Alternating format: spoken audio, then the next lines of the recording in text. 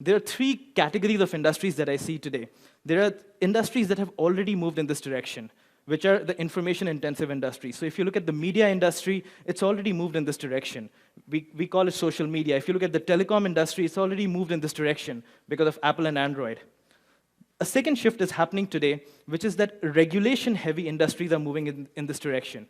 If you think of banking, if you think of healthcare, if you think of education, these are all industries that are heavily regulated.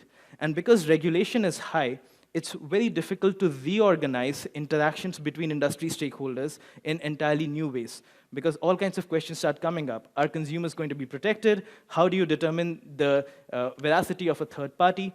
All of these kinds of questions start coming up. But increasingly, we're starting to see with the rise of fintech companies and with the rise of healthcare data companies, these industries are also being affected and are moving in this direction. But the most interesting shift that I believe is going to happen is in the resource-intensive industries. And that is where the Internet of Things becomes really important, because as things start getting connected to the Internet, the fundamental way in which industries work will completely change. Let's take an example of what's happening with mining today. Mining is moving to a model where we'll start seeing autonomous mining happening. Traditionally, mining has been a people-intensive activity. You spend a lot of time prospecting. Once you prospected, you send people into the mine, and there are people in the mine, there are people outside the mine, they have to interact with each other, and that's how the whole process goes.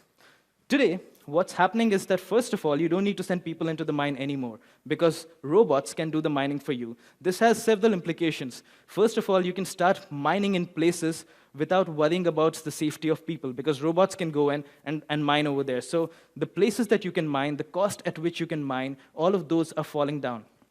But that's just the start.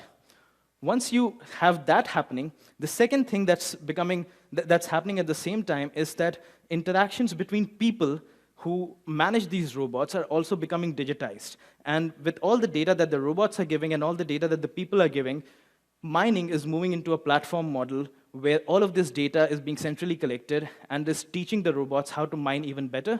It's teaching the other partners of the mining company how to interact with them even better. And so the whole mining operation is being reorganized around a platform. But most importantly, once all this data gets collected, the next step that mining companies are thinking of is about opening up this data so that third-party data scientists can come in and start crunching this data, opening up this data to non-competitors, for example, to geologists. All of this data traditionally was either not collected or it stayed within the mining company. And today, a lot of value can be created by opening up this data and creating a platform around it.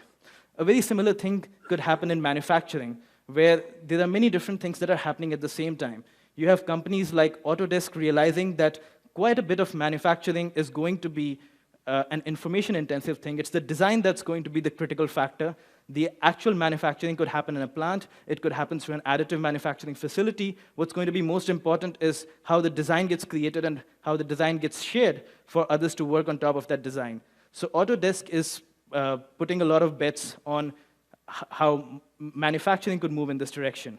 In the same way, supply chains are becoming more and more open as there's more data being created about which kind of manufacturing partners are good to work with, which kind of manufacturing partners are not that good to work with.